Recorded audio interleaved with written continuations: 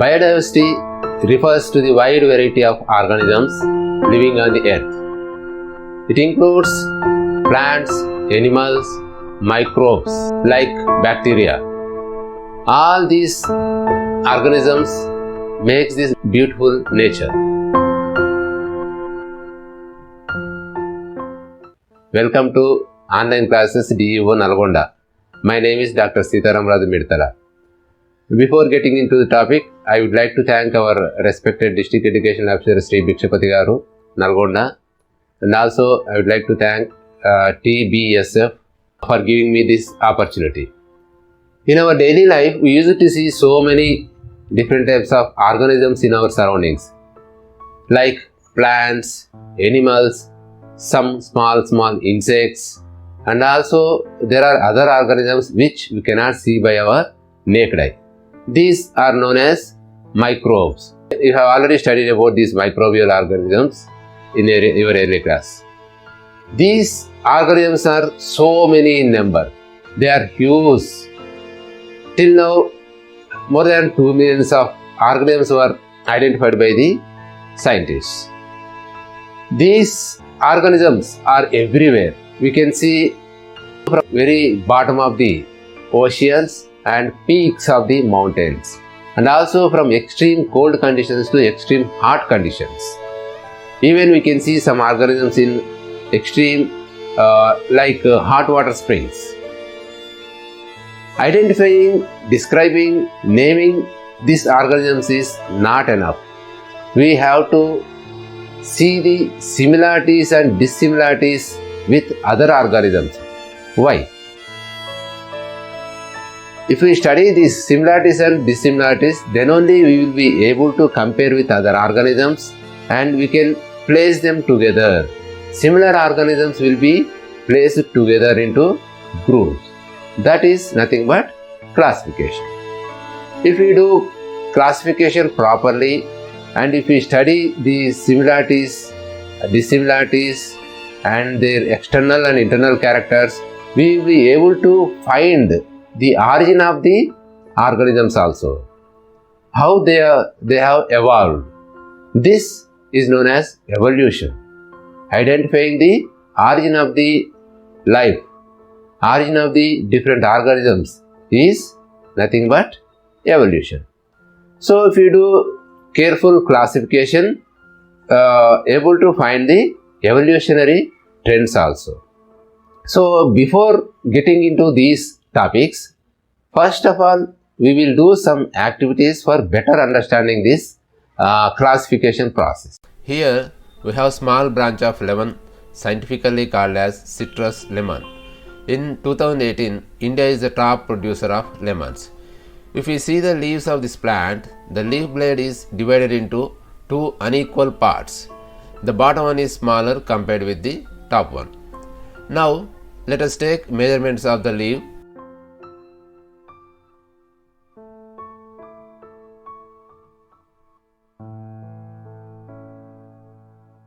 The length of the leaf is 1.11 inch. And the width of the leaf is 0.11 inch. The color of the leaf is green and the shape of the leaf is round with a slightly smooth margin, and the venation is reticular. I will show you in no time how to observe the venation in the leaves. This is Kunkudukaya leaf. In English, we call it as soapberry, and its scientific name is Sapindus amarginatus. Once the fruit of these plants are widely used in head bath. After arrival of shampoos, people have stopped using these fruits. But I suggest using this soapberry because most of the reports suggest that the shampoos have chemicals that trigger hormonal imbalances in girls.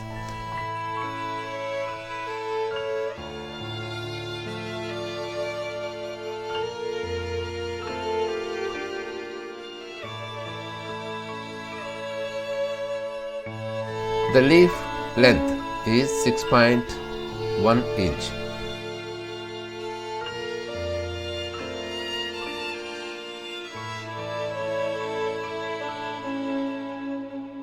and the width of the leaf is 1.6 inch.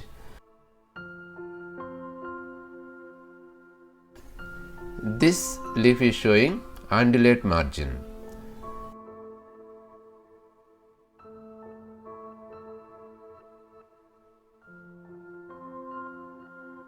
Here we have neem tree leaf, which we call as Vepachettu, and most of you know that the scientific name of this plant is Azadirachta indica.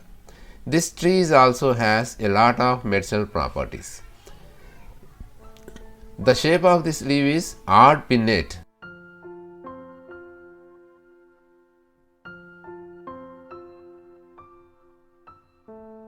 And the length of the leaf is 9.1 inch.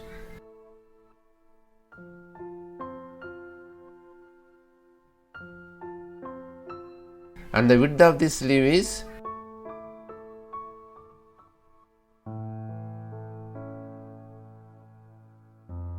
4.4 inch.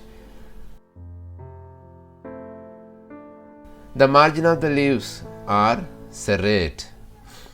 Here you can clearly see the veins and they spread on the leaf blade. They all spread like a network. This type of spreading of venation is called reticular venation. Like this, you have to study the leaves.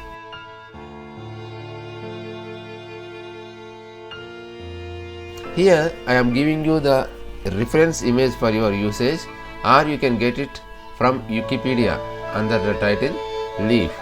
Observe the image and try to record the properties of the leaves available around you.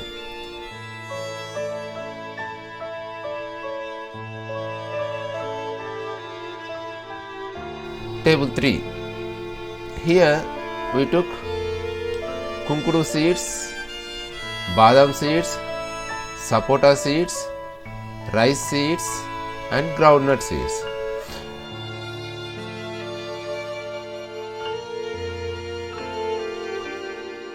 Let us see the color of kunkudu seeds are in black color and badam seeds are in brown color and sapota seeds are in dark brown color. Rice is in light brown and the groundnut are in pink color. The shape of the seeds are round, ovate, narrow elliptic and elliptic. Except in rice, all other seeds have shown two cotyledons, that is two seed leaves. This shows the difference between monocotyledons and dicotyledons. Like this, all of you try to finish up remaining activities. What is the need for classification? Classification is very much useful to handle huge populations and easily focus on that particular populations or individual species. And also, classification is helpful for studying the organisms in a proper way and systematic manner, and also it helps to increase the knowledge, to gain more knowledge about the organisms. This classification also helpful, already we have discussed that we can study the evolutionary process of this organism. Okay, as we already discussed about the classification process, we identify them, we describe them and we classify them, we name them, then we will keep in the proper place in the classification taxonomic tree. So after doing this classification, scientists have found that organisms have started making different changes in their body designs. Some organisms have developed some new characters and some organisms have lost their characters, either external characters or internal characters. For example, we already know that we have a vestigial organ in our body. That is, what is that? Appendix. Yes, appendix. It is an end part of large intestine. Okay, but this organ is very much useful in hares, rabbits, okay, in digesting the grass. So that is a part of evolution. We have lost it. Like that, there are so many examples. Some plants lose their leaves and in place of leaves, they have developed thorns for their protection or for some other purposes. This type of evolutionary changes, design changes, body design changes were documented by the scientist, well-known scientist Charles Darwin in his book On the Origin of Species in 1859. He did lot of discussion on how the new characters are evolved in some organisms like finch birds. He discussed in his book On the Origin of Species. Finally, what we can conclude by this is most of the organisms have made design changes in their body. They have developed or lost some features on their body. And finally, the complexity of structure increased when compared with older organisms. The structure of newer organisms is more complex than older organisms. This is the most important finding people have made. Now we will look into the history of classification. In India, the taxonomic studies were started from 1st to 2nd century AD. At that time, there are written documents of Charaka and Sushruta that classifying the plants based on their medicinal values. After them, Parashara, he classified plants based on their flower structures in his book Vrukshayurveda. In that book, he classified the plants and land-living plants only, and that too based on their flower structure. These are the first evidences of classification in our history. So afterwards, the actual classification process accelerated in 16th and 17th centuries. The first person to start classifying these organisms is Carolus Linnaeus. Carolus Linnaeus proposed this two-kingdom classification in 1758. He classified the organisms into animals and plants. He named them as Animalia and Vegetabilia. Vegetabilia means vegetables, means plants, and Animalia means animals. Okay. So he grouped all the organisms into two, animals and plants. His classification dominated so many centuries. He also proposed another system, that naming of the organisms. He gave two names to each organism. One is genus name and the other one is species name. Species is the basic unit of classification. He named the organisms by two names, genus name and species name. And again, he grouped many genera into family. Like that, he also proposed hierarchy of classification. If you see one example for this scientific name, humans are named as Homo sapiens. Here, Homo means genus, sapiens means species. Okay, Homo sapiens. This type of naming organisms is known as binomial nomenclature. Here, bi indicates two. So, giving names, two names, binomial nomenclature. So, he grouped different genera into family, and multiple families means closely related families. Here, closely related genera grouped into a family, and the families having similar closely related characters are grouped into orders, and closely related orders were grouped into class, and these classes are again grouped into phyla, and similar phyla are grouped into kingdom.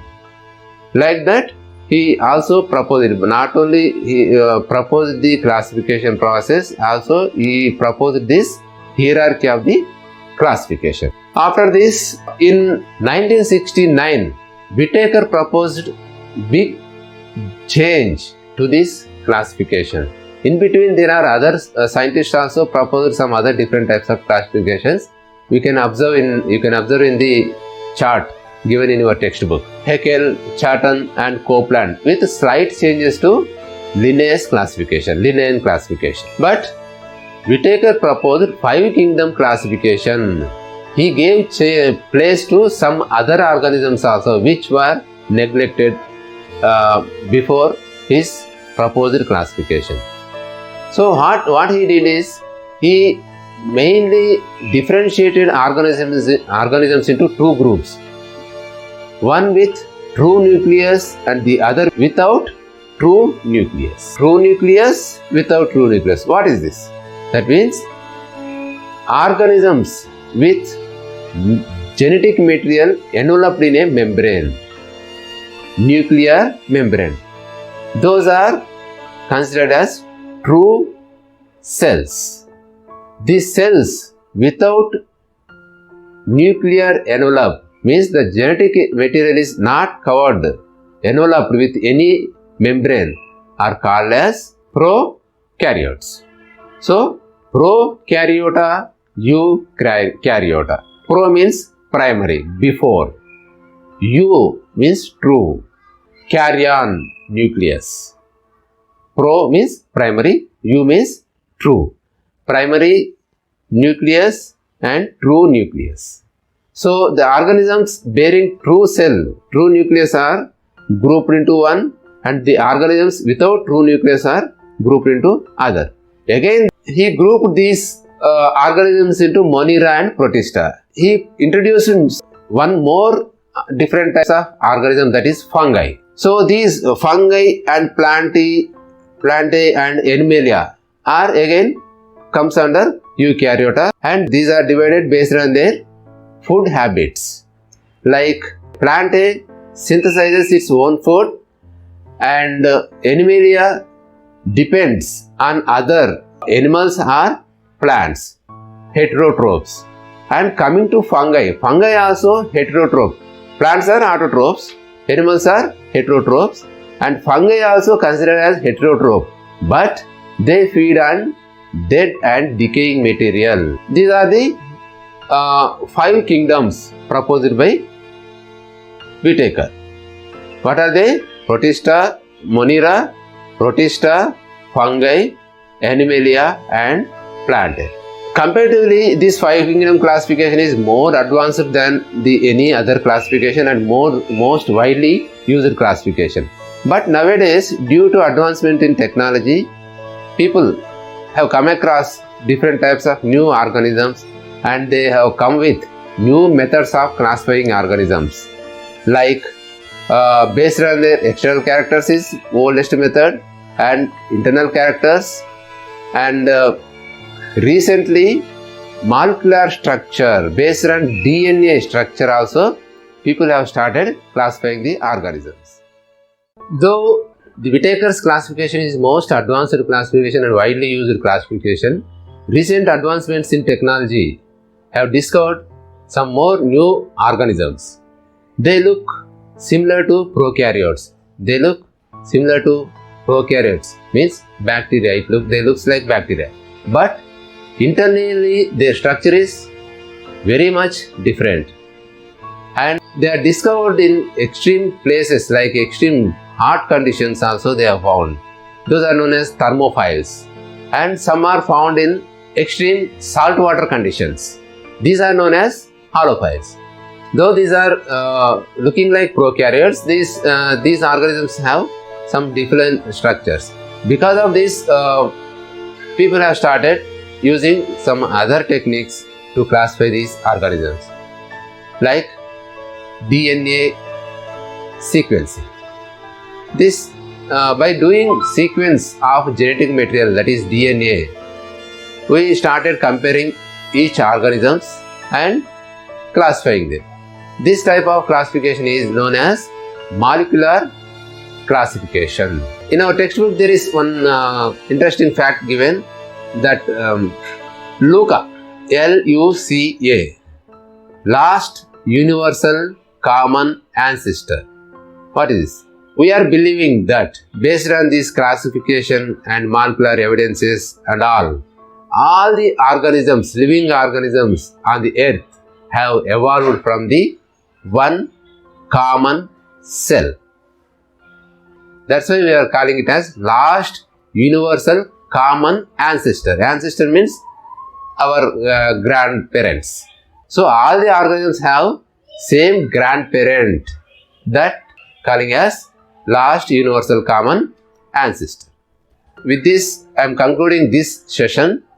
and we will continue this lesson in the next class. Thank you so much.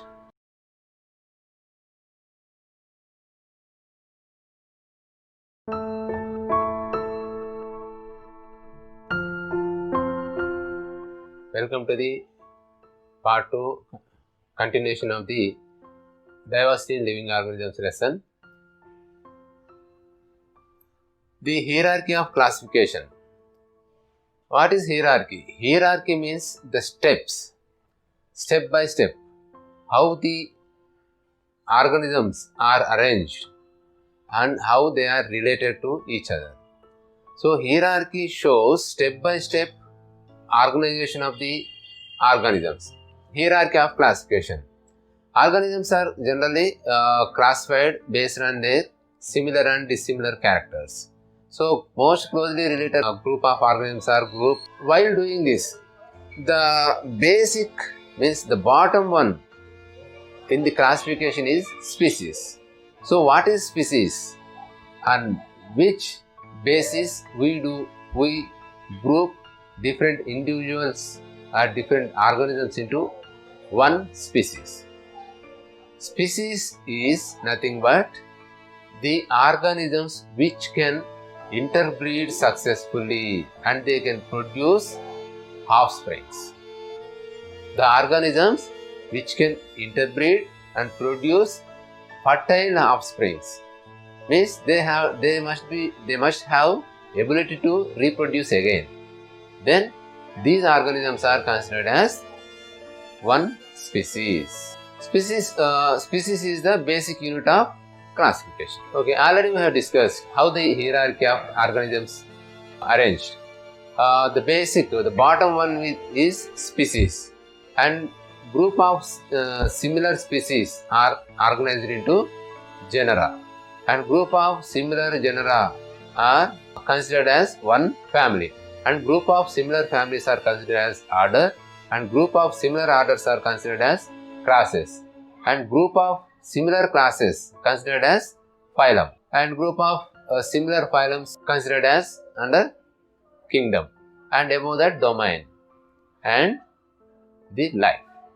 This is how the hierarchy of organisms or life is done. Now let us study the characters by following Whittaker's classification. That is the first group, that is Monera. Monera consists single-celled organisms and they do not have true nucleus. Already we have discussed. Monera, mono means single. So they are single-celled animals and they don't have specific envelope surrounding its genetic material, and they feed using their body surface. They don't have specific organs or organelles to feed. They use their body surface for feeding purposes, and they move from one place to the other places using some basic structures like flagella, cilia and some other hair-like structures. Some monerans cause disease and some are helpful. Examples for this are bacteria and cyanobacteria, also known as blue-green algae.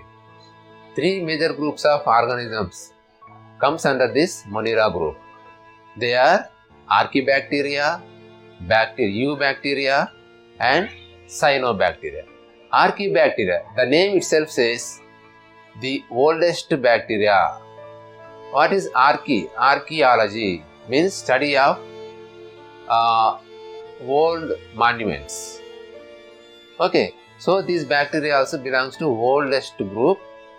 We can see them in hot water springs, extreme hot conditions. These organisms will live. And coming to Eubacteria, these are the true bacteria. Eu means true. The bacteria Eubacteria means true bacteria. And the other one is Cyanobacteria, also known as blue-green algae, because they have both the characters like bacteria. Externally it looks like bacteria and internally it has algae characters. That's why these are known as blue-green algae. And Cyanobacteria, cyano means blue. Okay, Cyanobacteria, blue-green algae. Okay, coming to Protista. These are also unicellular organisms, mostly unicellular organisms, but some are multicellular. Means they are not truly multicellular, just they live together. Different cells live together. They are mostly autotrophic and some are heterotrophic. Means they feed on other molecules, other organisms, and some are autotrophs. Means they synthesize their own food by using sunlight and its surrounding water.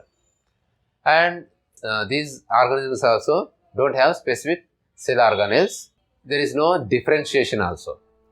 For example, paramecium, amoeba, and euglena.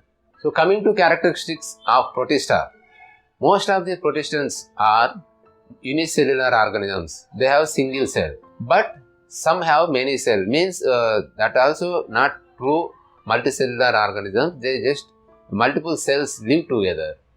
The other important feature is they have nucleus. Their genetic material is surrounded by nuclear membrane.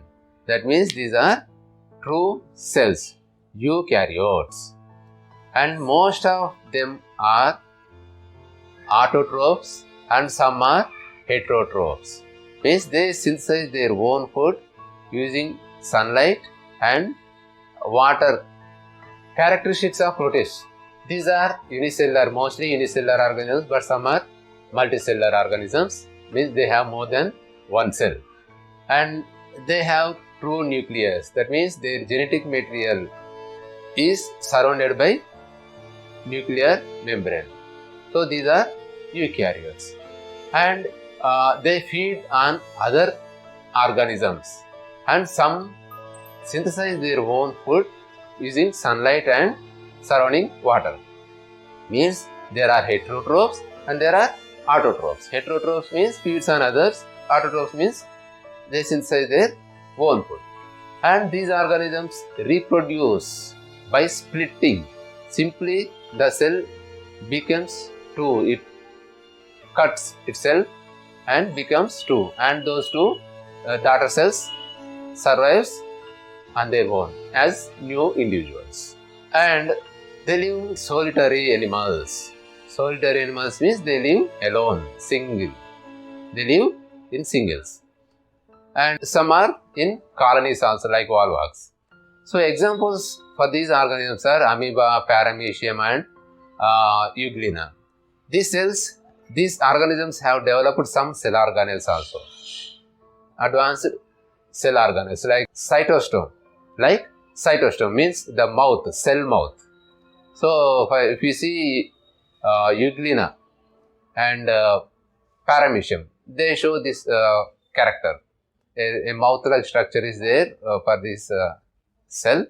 So through that it feeds on, it starts feeding. Coming to next group, fungi. Characters of fungi. We can see them as unicellular organisms, and also we can see them in groups, multicellular organisms also we can see. These are the true multicellular organisms. Their body is thread-like, and mostly they feed on dead and decaying material. By directly feeding or by decaying means they use some chemicals to dissolve its surface of the host, and takes the nutrients, gets the nutrients. So, and also they show bud-like structures. We commonly see in our surroundings, like we call them as mushrooms, puttavodugulu, mushrooms. So these organs are actually reproductive organs of these cells. From that mushroom, the spores will be released. Means the mushroom opens out and black spore-like spores, small seed-like structures, but they are not seeds. They are called as spores. So they release spores and they go through the air and spread to different places. Examples for these organisms are yeast, bread mold, and mushrooms, and lichens. Lichens, they show mutualism, means fungi and algae live together. Next, coming to plantae. The main basis for classifying these organisms, plants, is their mode of feeding. They are capable of synthesizing food. They use sunlight and water to synthesize food, and they have specialized structures called chlorophylls. So using this chlorophyll, they utilize sunlight and water and synthesize their own food. That's why we call them as autotrophs. Plants have true cell, and their cell is covered with cell walls. And this is the main differentiation between animals and plants. Plant cells have cell wall and animal cells do not have cell wall. That is the main difference. And plants also have differentiated structures called as vascular bundles, which are helpful to transport food from root to the leaves and leaves to the roots. Okay, now let us see how these plants are classified. Plants are mainly divided into two major groups. One is non-flowering plants and the other one is flowering plants. Okay, non-flowering plants and flowering plants. Non-flowering plants are called as cryptogams, and flowering plants are called phanerogams. Cryptogams and phanerogams. So, cryptogams are divided into three major groups: Thallophyta, Bryophyta and Pteridophyta. Thallophyta means they don't have a specific body, and coming to Bryophyta, they have false roots, and Pteridophytes have true roots. This is the major difference between these three groups. Coming to flowering plants, phanerogams. These are again divided into two groups: gymnosperms and angiosperms. Gymnosperms have naked seeds, means seed is not enveloped with the fruit. They are not fruit bearers. And angiosperms have fruit bearing seeds. Okay, this is the major difference.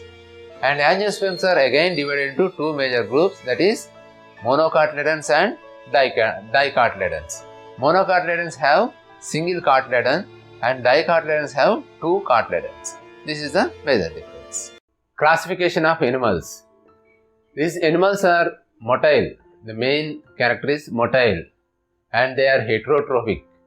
That means they depend on other plants or animals for their food. And they are multicellular, and they are more complex in their body design. So they are further divided into groups. Let us start with the basic group, Porifera. The Porifera consists of sponges. The name itself says that the body is with holes. Pores means hole bearing. Poriferans, hole bearing animals. Their body is with holes. Their bodies have developed a specialized structure called canal system. Means the water flows inside to the body and comes out through the crown, top of its structure. So while this flow, the animal collects food from the water and also exchanges gas. Cycle is the example for these animals. They are also known as sponges because of their spongy looking structure. And these animals are having only two layers, germinal layers. During their birth, they have only two layers in their body structure, and they do not show any specialized organs and communication, means internal organs. The body of these animals is covered with spicules. Spicules means spine-like structures, spicules, and it acts as exoskeleton. Poriferans are non-motile. Only during their early stages they show moving larval stages. That's why they are considered as animals.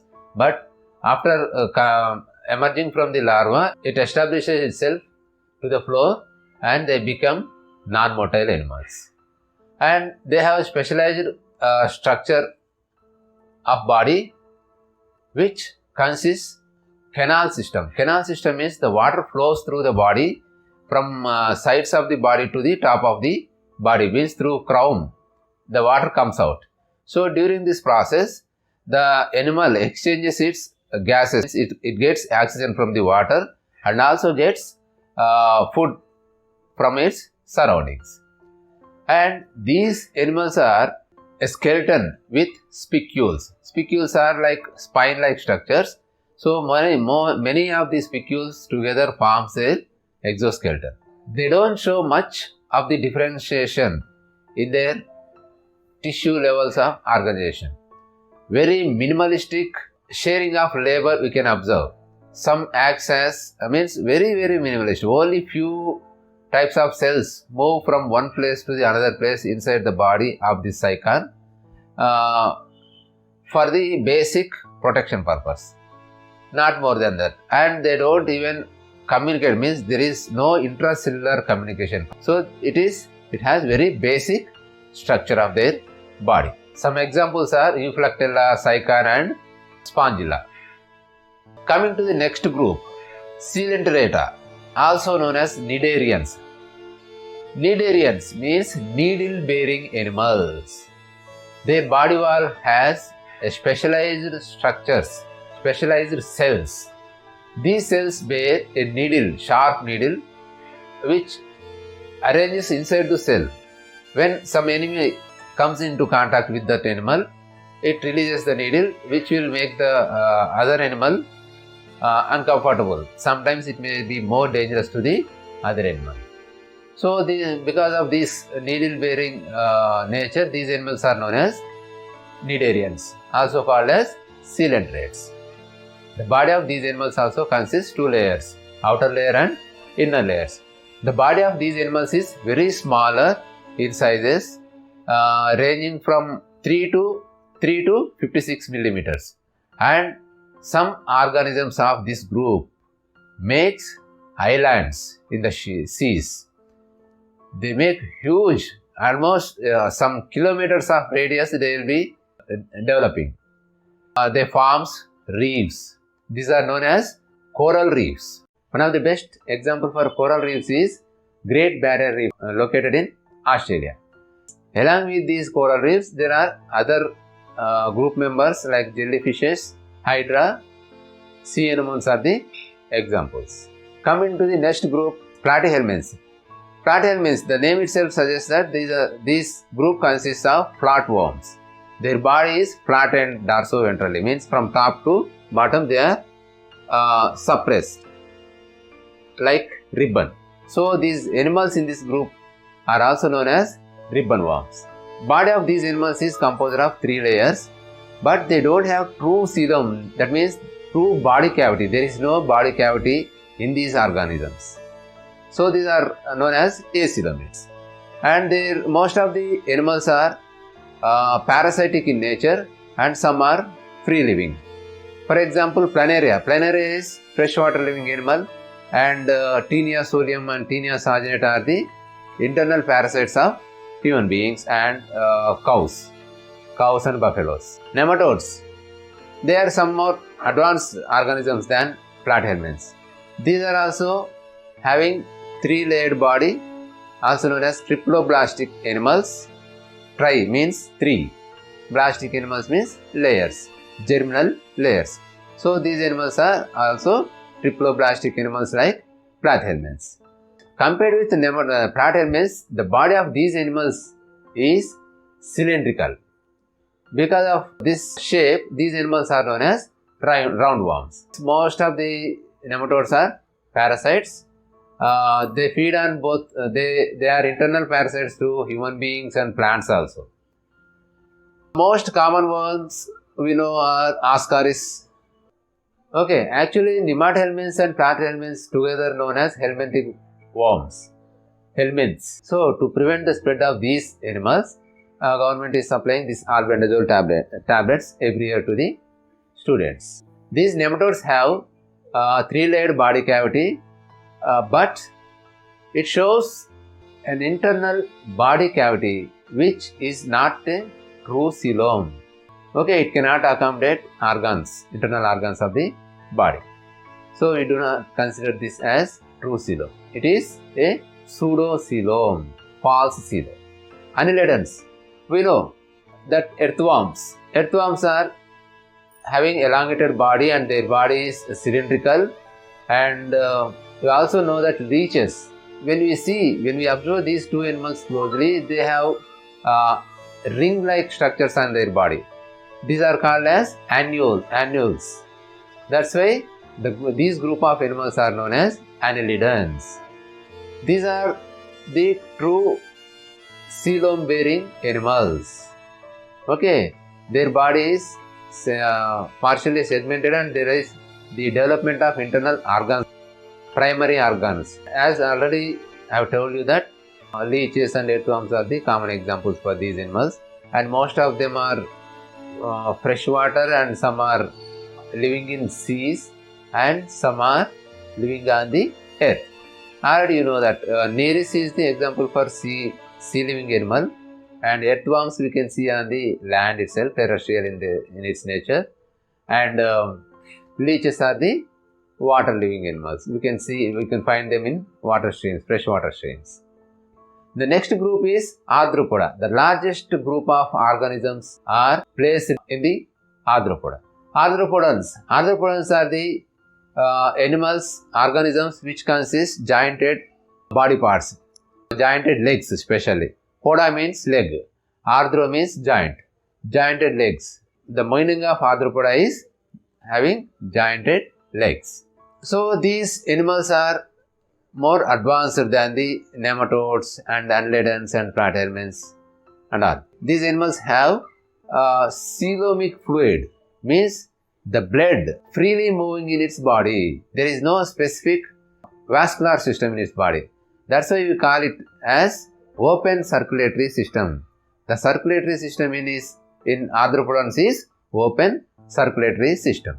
And also these animals show some book lungs as a respiratory organs. Coming to their distribution, they are everywhere. We can see arthropodans everywhere. Grasshoppers, cockroaches, flies, mosquitoes, all these are, so many are there, are the common examples for arthropodan animals. Molluscans are the soft-bodied animals. Their body is too soft, and we can see torsion means a spiral shape. The body is spiral in some animals like snails. Molluscans have coelomic cavity, and their body bears a foot which helps in the movement of the organism from one place to the another place.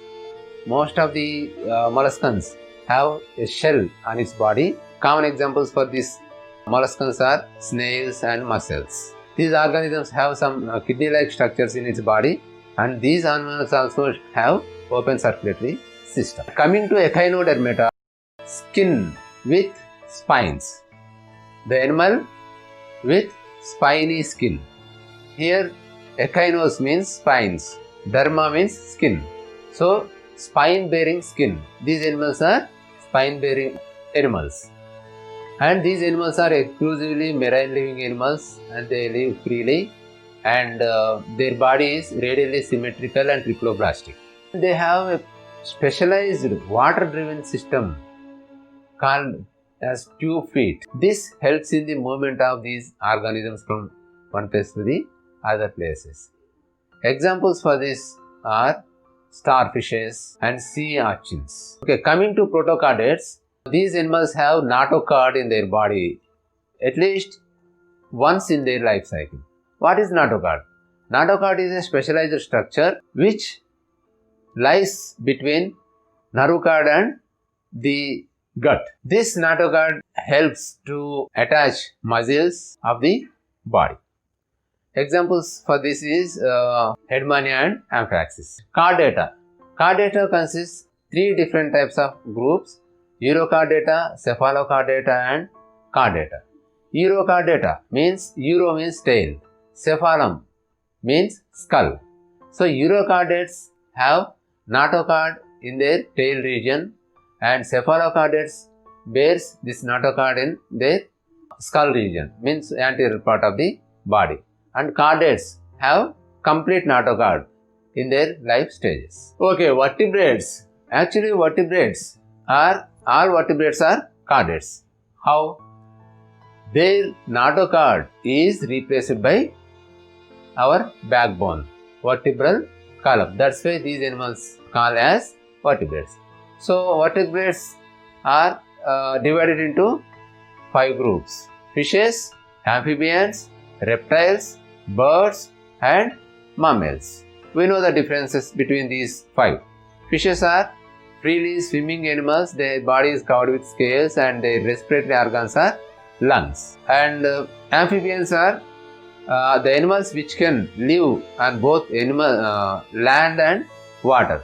They have 2 different types of respiratory systems. One is lungs as primary respiratory organs, and their skin also capable of doing respiration. And reptiles, these are truly terrestrial animals. These reptiles' body is covered with scales or scutes and hard shells made up of keratin. All these animals respire with the help of lungs. Birds, also known as aves, these animals are capable of flight. Their body is covered with feathers. Their bones also specialized. They are hollow in their nature, which reduces the body weight.